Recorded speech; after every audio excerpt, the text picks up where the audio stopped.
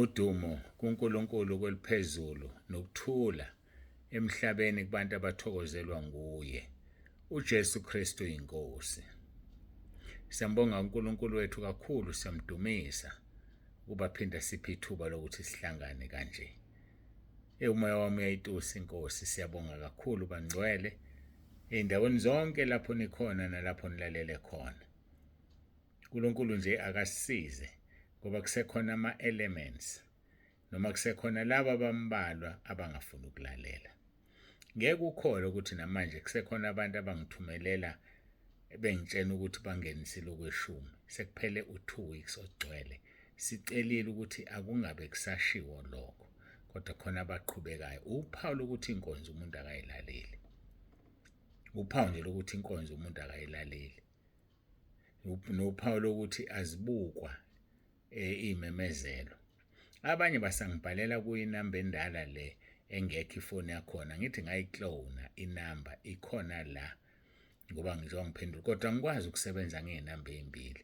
Bangisebenzisa kabi laba bantu, bayangihlukumeza and ngiyalazi lelo gama libuhlungu kodwa kufuneka ngilisho. Bayangihlukumeza laba bantu abathumela enambeni endala kube sekusetshenziswa entsha, ngoba kusho ukuthi kufanele ngivulele ngiphinde and lena endala inkinga enkulu kuyona amagama abantu awaveli.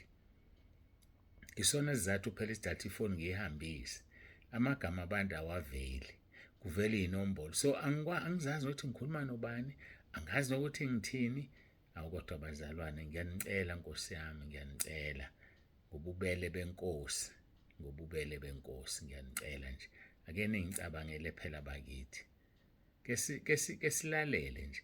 Yazi umuntu uma engasayilaleli inkonzo uhlaleleni ekhaya ngoba ngabe vele ephuma silokhu sibala sithi sinabantu asebezofika ku-10,000 kanti mhlawumbe abantu bawu-5,000.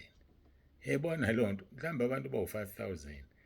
Khona abantu abangayilaleli inkonzo, abayihlalele nje, abaqhamuka nje sebesho le nto abayisho ngaleso sikhathi enambeni endala, abazi lutho, abazi nakwazi ukuthi kwenzakalani. Ngiyacela asibambisaneni bafowethu. Ama-emoji angithandi ukuyikhuluma ngoba ngithembe nina amasosha ezulu. Nanibona i-emoji nje kumuntu mnamatheni ngama-messages. Manibona i-emoji kumuntu mnamatheni ngama-messages. Mayekuphendula bekuhlukumeza mlethe kumina. Mina kangizuya le nale, ngizovele ngimkhiphe kuphela nje. Ayikho futhi enye into ngizomkhipha ngoba khona abanye abayifaka ngamabomu kanti sebeyaphuma. Khona abayifaka ngamabomu ngoba befuna ukubona ukuthi kuzokwenzakalani. Manje bayithatha kancane le nto. Ngiyasaba mina ngoba siyeza isihogo, yeza umlilo uvutha njengeziko, amaphikankane uzowaqeda nya. So kake sithobeni bafowethu, sithobele uNkulunkulu, igroup kaNkulunkulu le akuyona kaNsibanda. Akulula uthole igroup enkulu kangaka imanage umuntu oyedwa. Ngeke ayimanage yimina le group, imanage uyena uqobo. Mina ngeke ngikwazi, ngeke ngikwazi, anginayo ingqondo, kodwa umoya ongcwele uyena usiphathele le group. So mawona awona igame, wona kumoya ongcwele. And mawona kumoya ongcwele ngiyasaba ngoba uJesu ushilo wathi awunakuthethelelwa kuleli nakwelizayo. Ngiyasaba. So asimesabeni uNkulunkulu. Iphuzu lesibili engingena kulona ileli. Bazalwane, konakala sasithi senza ubuhle sadedela inamba kaMama uNtsibande. Manje abantu sebengena kuMama uNtsibande ba-overtake abanye abantu. Abantu bangena kuMama uNtsibande bafuna izinto abazifunayo, bamthume ngqo kubaba uNtsibande, which is very, very wrong. Ngoba phela uyangenela manje kulayini. Bonke labantu bafuna ukukhuluma nami bajahile. Uhlulwa yini ukuthumela uWhatsApp? Ubamba ulayini kaWhatsApp. Uhlulwa yini ngempela? Kungcono ngani wena kwabanye abazalwane? Ngoba kuNkulunkulu siyafana. Iyekeni-ke lento ngoba ngendlela eyenzeka ngayo akumnandi mase ngikhuluma amazwi akhulunywa inkosi uJesu kumama uNtsibande. Wathi uJesu emshadweni wasekhana kumama wakhe, wathi ungena ngani kokwami na? Ungena ngani kokaNkulunkulu na? Akufanele-ke ngikhulume leyo nto kuyena, kodwa manje ngenza ngikhulume ngoba naye ngithi ngibhizi avele eze alethe imessage azoma la eduze kwami. Ngesikhathi esiduze kwami sekuyaphoqa ukuthi ngiyeke engikwenzayo, ngiyeke ngikhuluma naye, ngi-athende yena. Ngawo amagama sekwenzekeni use-overtake abanye abantu, lo muntu othuma umama uNtsibande. 2, asisezuzwana thina ekhaya nomama uNtsibande ngenxa yakho.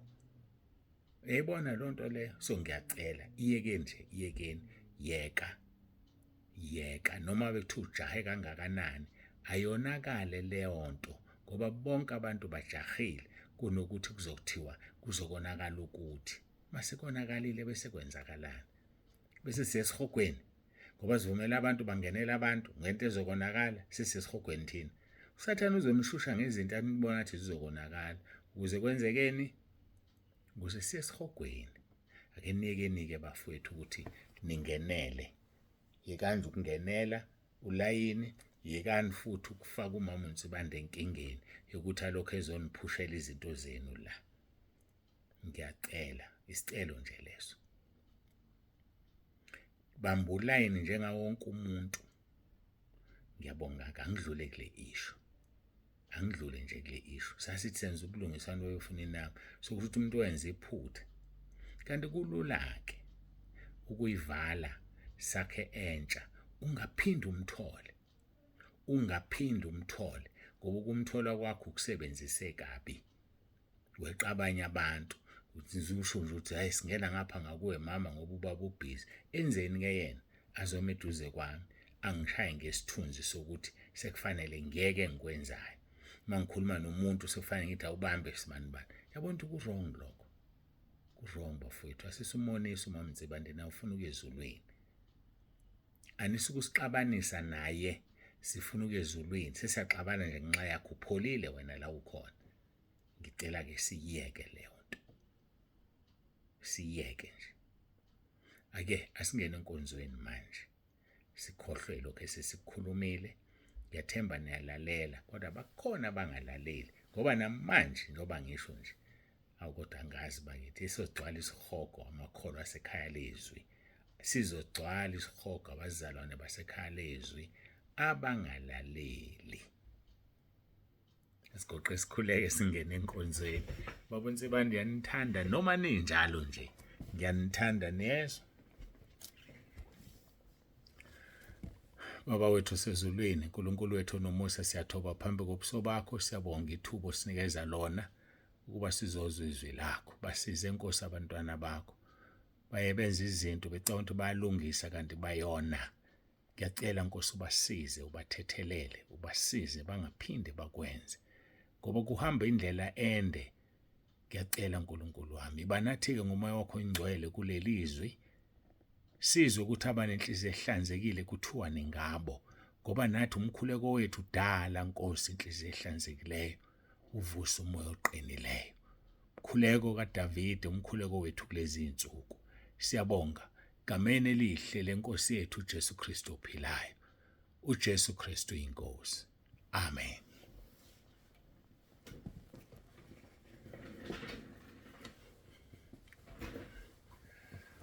Siyambonga uNkulunkulu wethu kakhulu, siyamdumisa abangcwele. Siyabonga.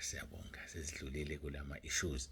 Matthew chapter 5 verse 8 uthi, babusisiwe abanenhliziyo ehlanzekileyo ngokuba bayakumbona uNkulunkulu. Babusisiwe abanenhliziyo ehlanzekileyo ngokuba bayakumbona uNkulunkulu. Izolo-ke sigcine sikhuluma la ngeHubo 51 verse 10 and 11 likaDavide. Walibhala exolisa emva kokuba elale nomka Uriya, emva kokuba embulalele uUriya. Wathatha umfazi wakhe wamkhuleliswa. Uthi-ke uDavide, uNkulunkulu, dala kimi inhliziyo ehlanzekileyo.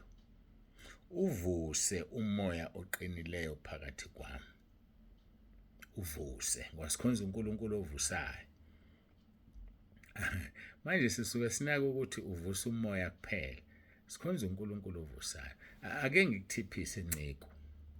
Ngikuthiphise enciko yami. Nciko kaJesu.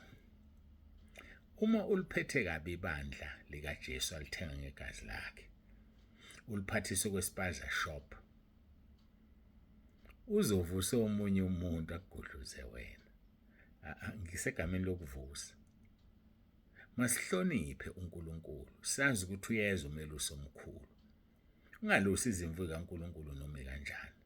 Ungaziqhaphazi noma kanjani. Uyitshela ukuthi utshela imvu kaNkulunkulu ukuthi khale sakhe isicathulo la.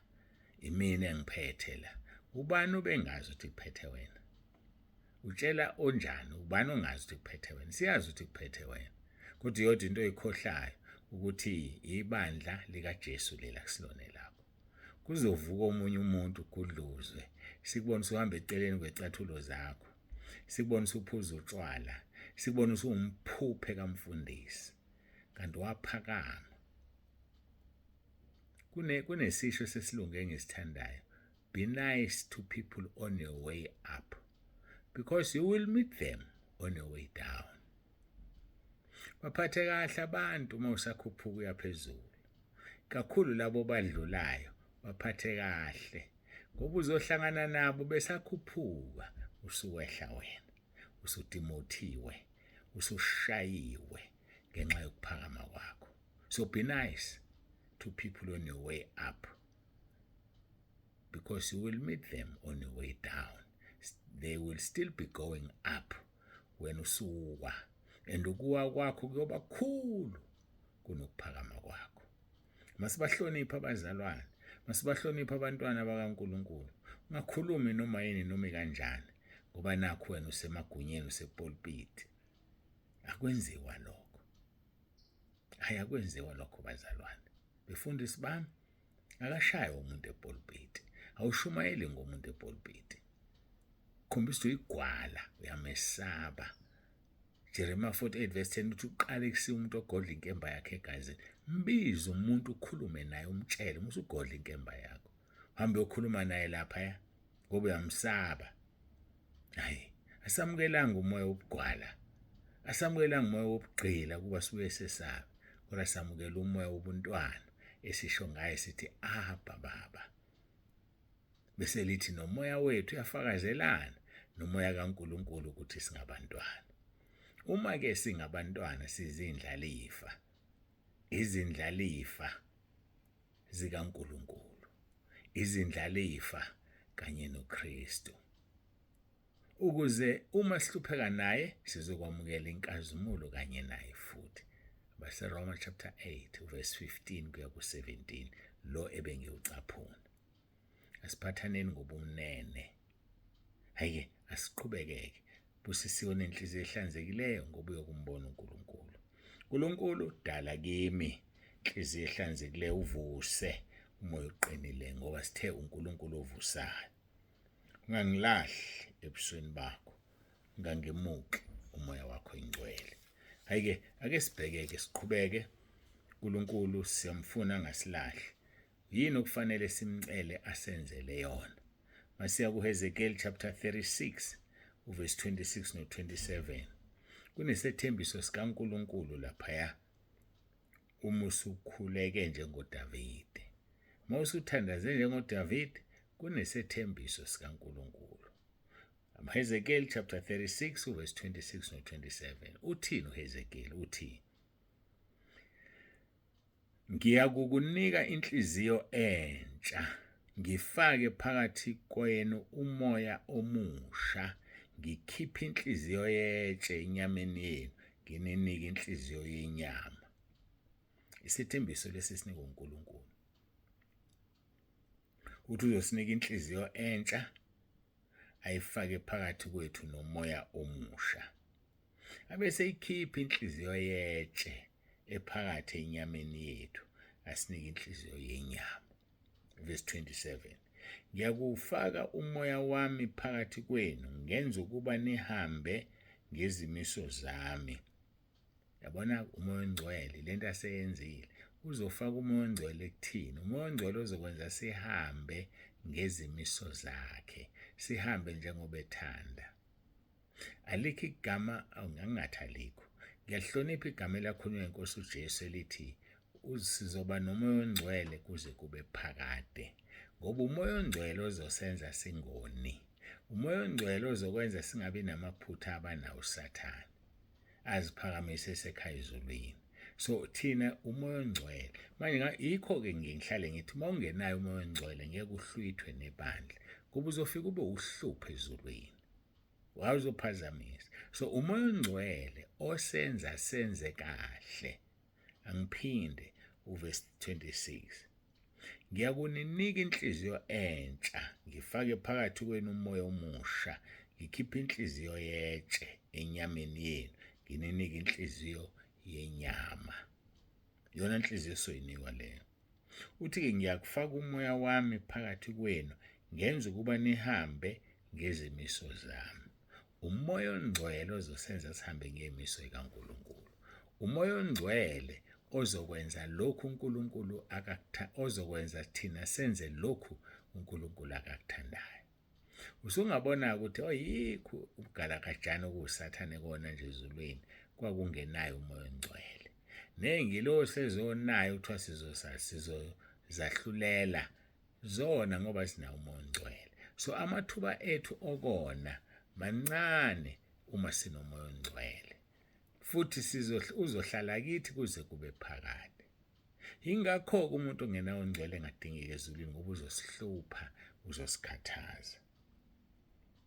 Uthi-ke ngiyakufaka umoya wami phakathi kwenu, ngenze ukuba nihambe ngey'miso zami, niyakugcina izahlulelo zami nizenze.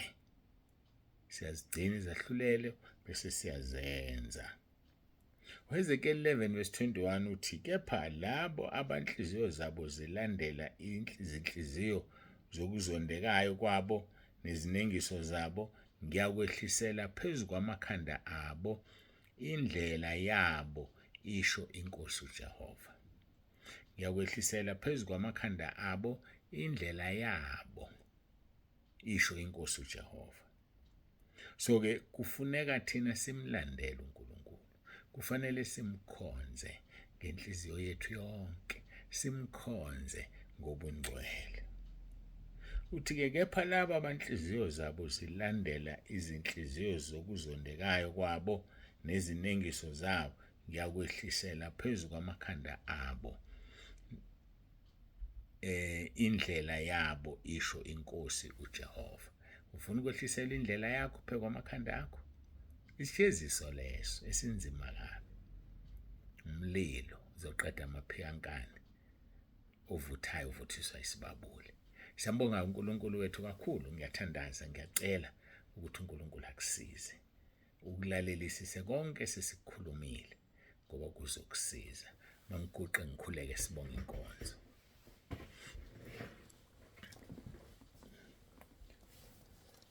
Baba wethu ongcwele, uNkulunkulu wethu onomusa, siyabonga kakhulu inkonzo sesinikeze yona.